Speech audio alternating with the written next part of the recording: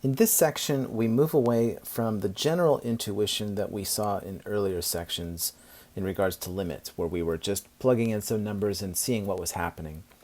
We're going to actually be more precise. We're going to look at what is called the precise definition of a limit of a function. So first, as an example, let's consider this piecewise defined function f of x, which is equal to 2x minus 1 if x is not equal to 3, and then 6 if x is equal to 3. And we can just do a simple little graph of this. It's really just the line 2x minus 1 for any value besides 3. So we could just use a couple of values for that. So for example, the y-intercept is just -1. And then if we were to plug in 1 to the function, we would get 2 times 1, which is 2, minus 1, which is 1. So we would just get a line that has slope 2 over 1 and y-intercept -1.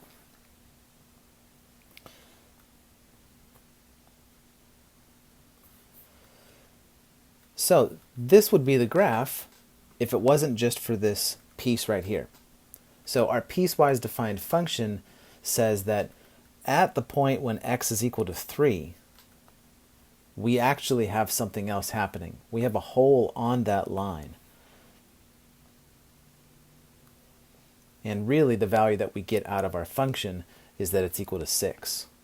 So that's just a dot, which would be above the line. The reason why it's above is if I was to plug in 3 to 2x minus 1, I would get 6 minus 1, which is 5. So this dot of our function being equal to 6 happens above the line. And then that line has this hole that's in it when that's happening. So it's easy to see from the left and right hand limits that the limit as x approaches 3, so it gets very, very close to 3, the limit as x approaches 3 of our function f of x is where that hole is, which would be at y equal 5. So now let's ask this question. How close to 3 does x have to be so that f of x differs from 5 by less than a value that I'm just choosing, 0.1?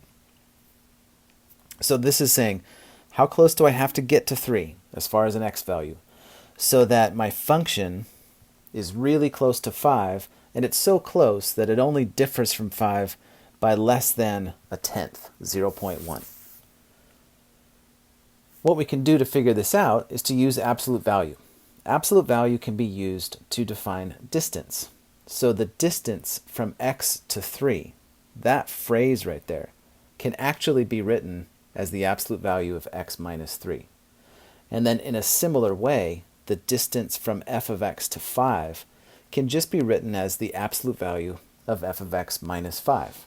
So now the question that we had can be thought of in this way. Can we find a number delta such that the distance between f of x and 5 is less than 0.1 if we require that the distance between x and 3 is less than delta? Can we find a number that if we make the distance between x and 3 be less than delta, then that gives us what we want? The distance between f of x and 5 is less than 0.1. We can make this even better by even saying that the distance between x and 3 is positive, meaning it's not going to be equal to 0. That way we can even say that x is not equal to 3. So now we want to do this. We want to find that number delta such that we get, as a result, the distance between f of x and 5 is less than 0.1 if we put the condition on it that the distance between x and 3 is between 0 and delta. So now let's look at a numerical example. Let's say that we choose the number delta equals 0.05, which is the same thing as 0.1 divided by 2. Then notice what would happen. If I say I want this result, the distance between f of x and 5, then I can now rewrite that and say, well, I know what f of x was. Everywhere else it was 2x minus 1. So this means I want the distance between 2x minus 1 and 5. I can simplify that. That gives me the distance between 2x and 6, or really just the absolute value of 2x and 6, or 2x minus 6. And I can factor out the 2, and that gives me 2 times the absolute value of x minus 3. And I can say that this is less than 2 times 0.05, because I'm making delta to be 0.05. And that gives me the result. I have that f of x minus 5 in absolute value through all of this work turns out to be less than 0.1.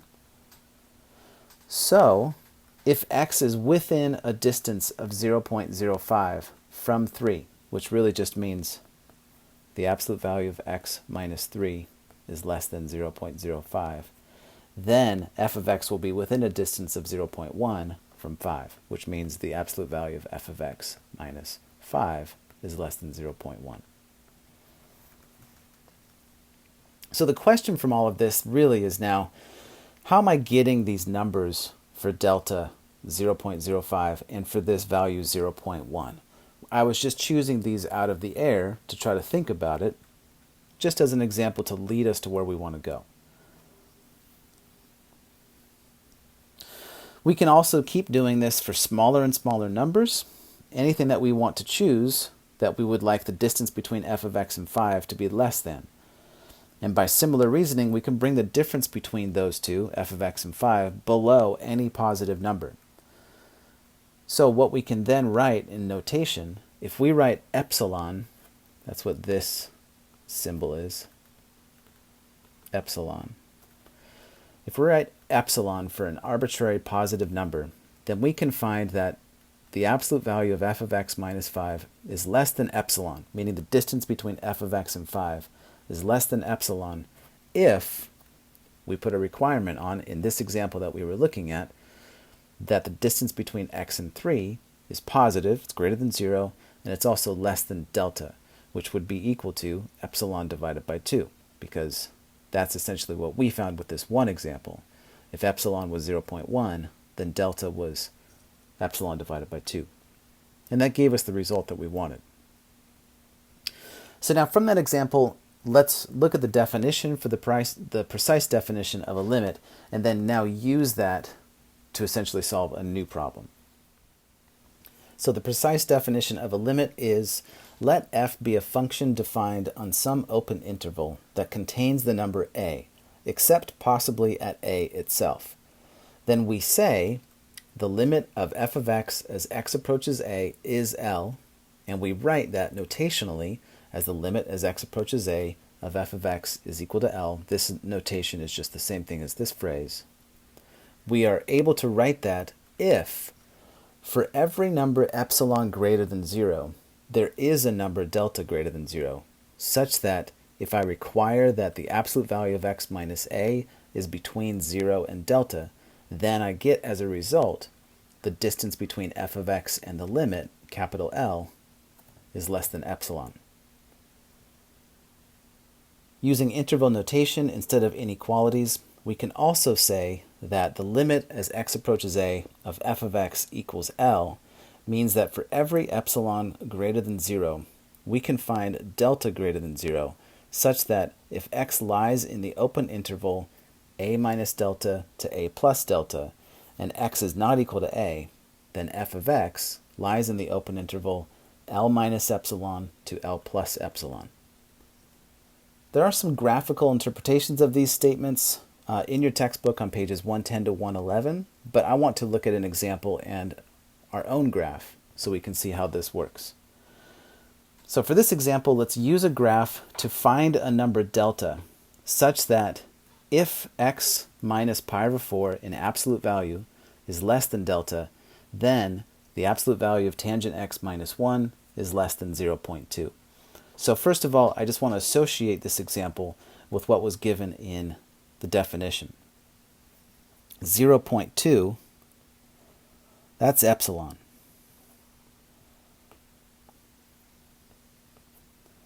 Tangent x, that's our function. 1 is the limit. And then pi over 4, that's a. So really what we are looking at here with how this is written in this example is we're trying to prove that the limit as x approaches pi over 4 of the function tangent x is equal to 1. So now, just as a spoiler alert here, if you were to plug in pi over 4 into tangent x, the value you get is 1. So we already know that this is going to be true. So what we are trying to do is essentially prove this using this definition and also look at it from a graphing point of view by putting a restriction on how close we would like tangent x to be to 1, which would be this value epsilon 0.2. So first of all, we want the distance between the function y equal tangent x and the horizontal line y equal 1 to be less than 0.2. So first I'm going to graph those two functions on Desmos so we can look at that on the same screen. Alright, so here I have two graphs. In red is y equal tangent x, and then in blue is y equal 1. So then the first thing that we want to ask is, how is that value of 0.2 being used?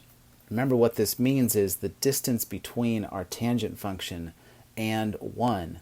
We would like that distance to be less than 0.2.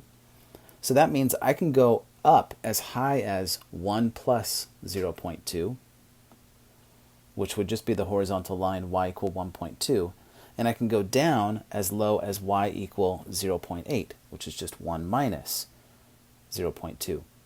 And if I zoom in on that, really what I'm focusing in on here is in between those two green lines, now I have values for my function, which is in red, within a certain distance of that blue line, which is just y equal 1. Anything that I look at vertically there between those two green lines, my function is close enough to that blue line with that restriction that we would like it to be as close as 0.2. So then the question is, what would delta be? Delta would have to be the values that associate with these lines. And you can see with Desmos I can get a little bit of an approximation. So for example, the line where 0.8 crosses with the function, that happens at x equal 0.6747. And then for the upper green line, we see that our function crosses that when x is equal to 0.8761.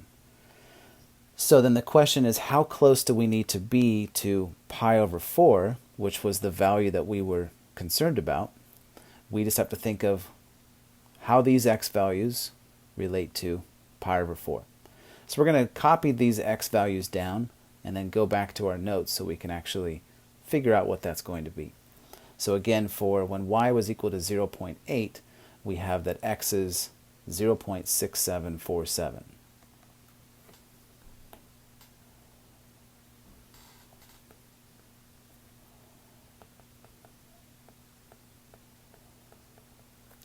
And then for y equal 1.2, we have that x is equal to 0.8761.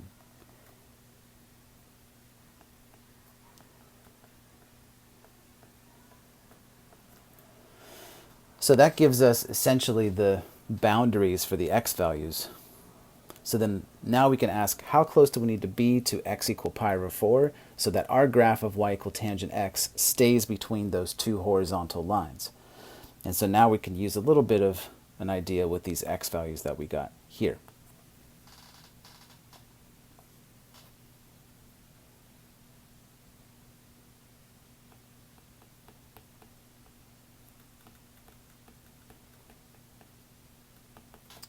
So first we can calculate pi over 4 minus 0.6747.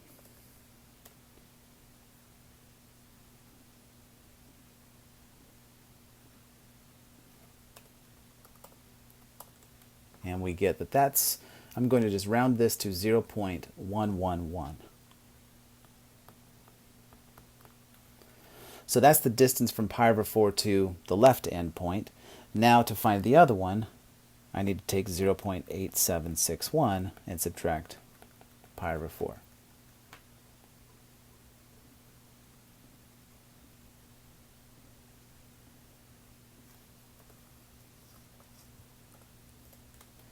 and I get 0.091.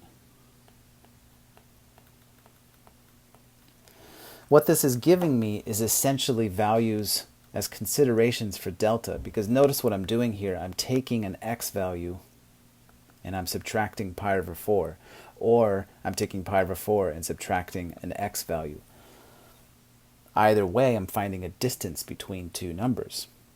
So what we want to guarantee that our function stays within those boundaries of 0.8 and 1.2, I actually need to choose the smaller of these, because then that way I'm guaranteed that my function will be within those boundaries.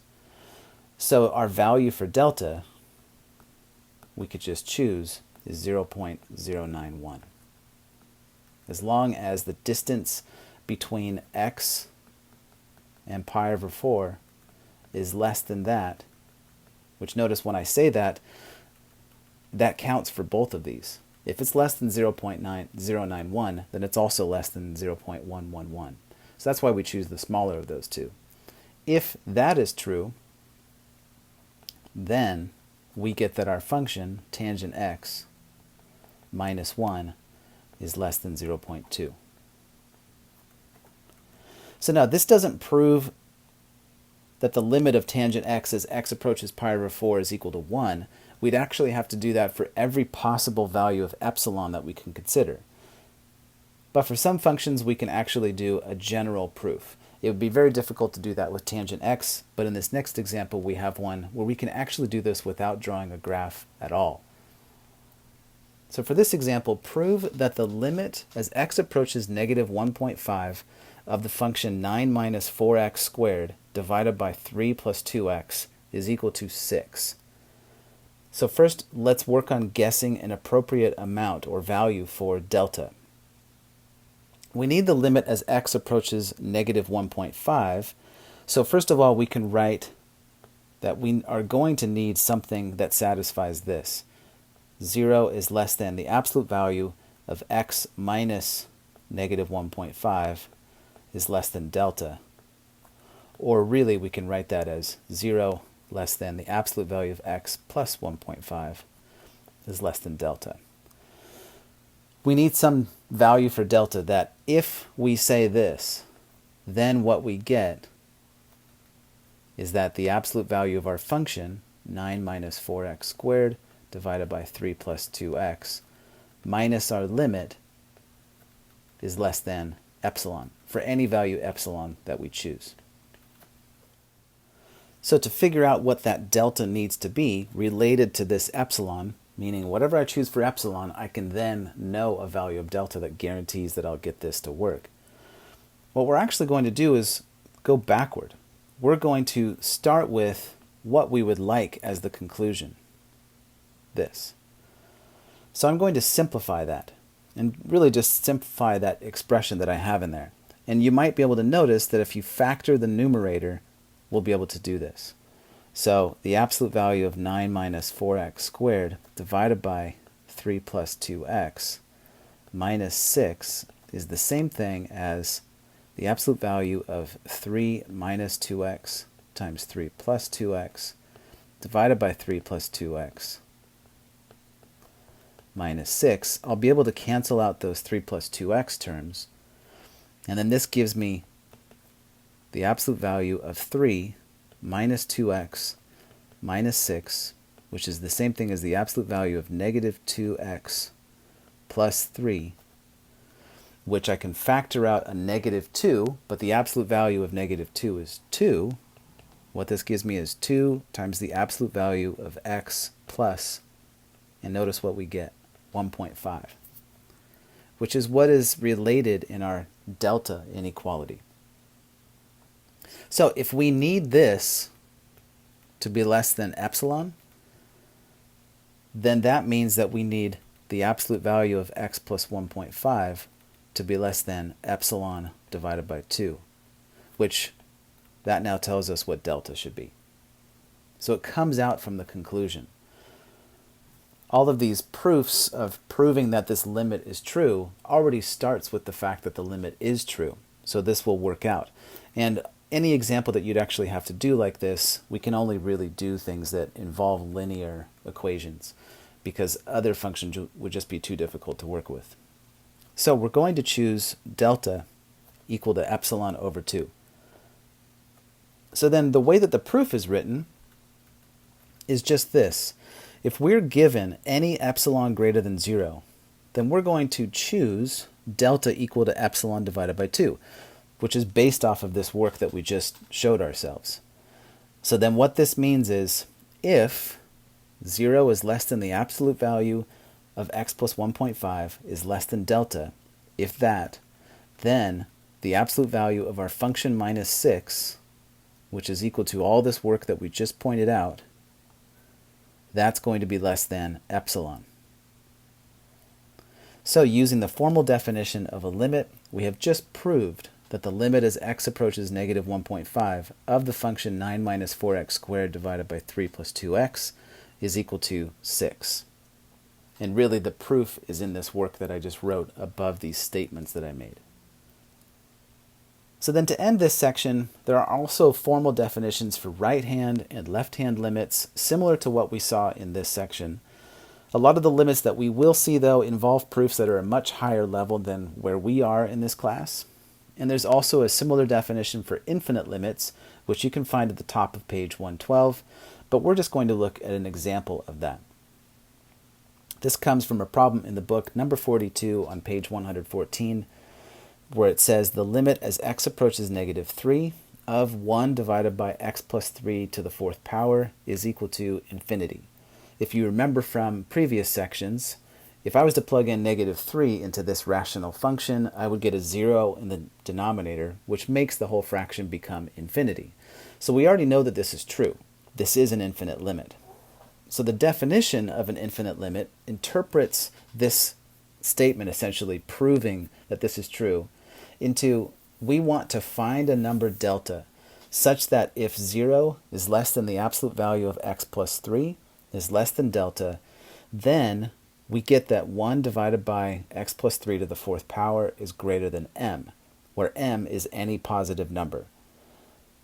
So then if we would like that to be true, meaning we want 1 divided by x plus 3 to the 4th power to be greater than m, then that also means by some manipulation of this inequality, we would like 1 divided by m to be greater than x plus 3 to the 4th power, where all I did was just multiply x plus 3 to the 4th power to the right and then divide m on both sides. And since these are all positives, the inequality doesn't change direction. But writing 1 over m is greater than x plus 3 to the 4th is the same thing as writing 1 divided by the 4th root of m is greater than x plus 3, which really says we would like x plus 3 to be less than 1 divided by the 4th root of m. And notice our delta inequalities always have something involving x and a number, in this case x plus 3, being less than delta. So this means we should just choose delta to be 1 divided by the 4th root of m. Therefore, if we make this choice, if 0 is less than the absolute value of x plus 3 is less than delta, which we choose to be 1 divided by the 4th root of m, then by the work that we just wrote out, this guarantees that 1 divided by x plus 3 to the 4th is greater than m. So we've essentially just proved this limit to be true, but now let's put something specific on it. I'm going to pick a really big number for m, like 100 million. What this means is for that choice of m, I now have what delta needs to be. This means that delta would need to be 1 divided by the 4th root of 100 million, which is equal to 1 divided by 100, which is 0.01. So if a value for x is less than 0.01 units from negative 3, then our function will be above 100 million, meaning the output of the function will be above that. So let's choose a value for x that is less than 0.01 units from negative 3. So for example, let's choose x equal to negative 3.002. We can first verify that if I look at the distance between that number, negative 3.002, and negative 3, it means I subtract those numbers inside of absolute value, but that just turns into the absolute value of negative 3.002 plus 3, which is the absolute value of negative 0.002, which is 0.002. And that number is definitely less than 0.01. So now what happens if I make this choice for x? Let's plug that into our function. And our function is, again, 1 divided by x plus 3 to the fourth power. 1 divided by x plus 3 to the fourth power, but now I'm going to write this as negative 3.002 plus 3 to the fourth power. That turns into 1 divided by negative 0.002 raised to the fourth power. And I bet you can already start to see where this is going to go. If I just multiply negative 0.002 times itself 4 times, which is again what negative 0.002 raised to the fourth really means, then what I'm going to get is an even smaller decimal. It's 1 divided by 0.1, 2, 3, 4, 5, 6, 7, 8, 9, 10 zeros. And then 1/6. And if I reciprocate that, I get 625, 1, 2, 3, 4, 5, 6,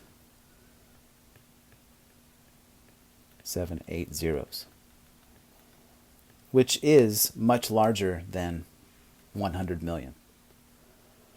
So I chose a value that was less than 0.01 units from negative 3, and that then guaranteed that the value of my function would be much larger than this value m that I wanted it to be. So we did the proof for the problem, and then just showed a numerical example of what this means. For any choice m, I can find a delta that guarantees that my function will be above that value m. And that's how we precisely define an infinite limit.